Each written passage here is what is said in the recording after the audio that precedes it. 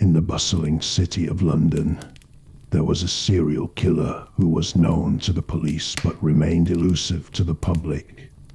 He preyed on young women, stalking them as they walked home from work or late-night social events. No one knew his identity, and everyone was afraid to walk alone after dark. His victims were always found in the same gruesome condition, their bodies mutilated, their eyes gouged out, and their limbs twisted in unnatural angles. The police had been investigating for months, but every lead they followed turned out to be a dead end.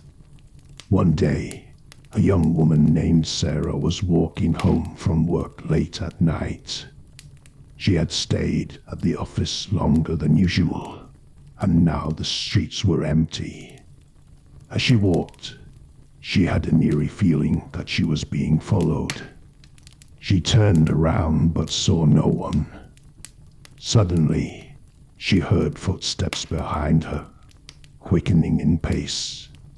She broke into a run, but her attacker caught up to her easily. Before she knew it, she was on the ground, and a hand was covering her mouth.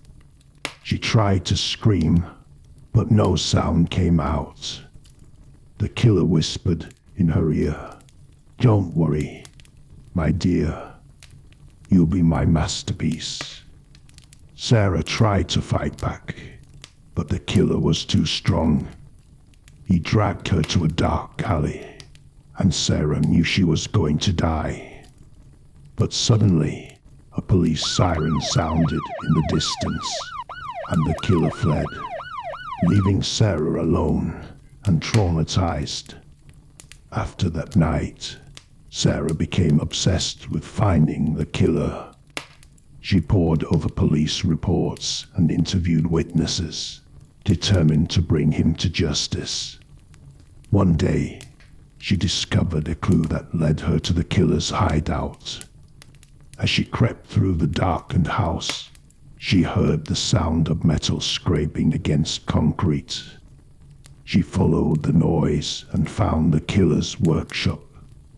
There, she saw the walls were covered in photographs of his victims, and jars filled with human organs lined the shelves.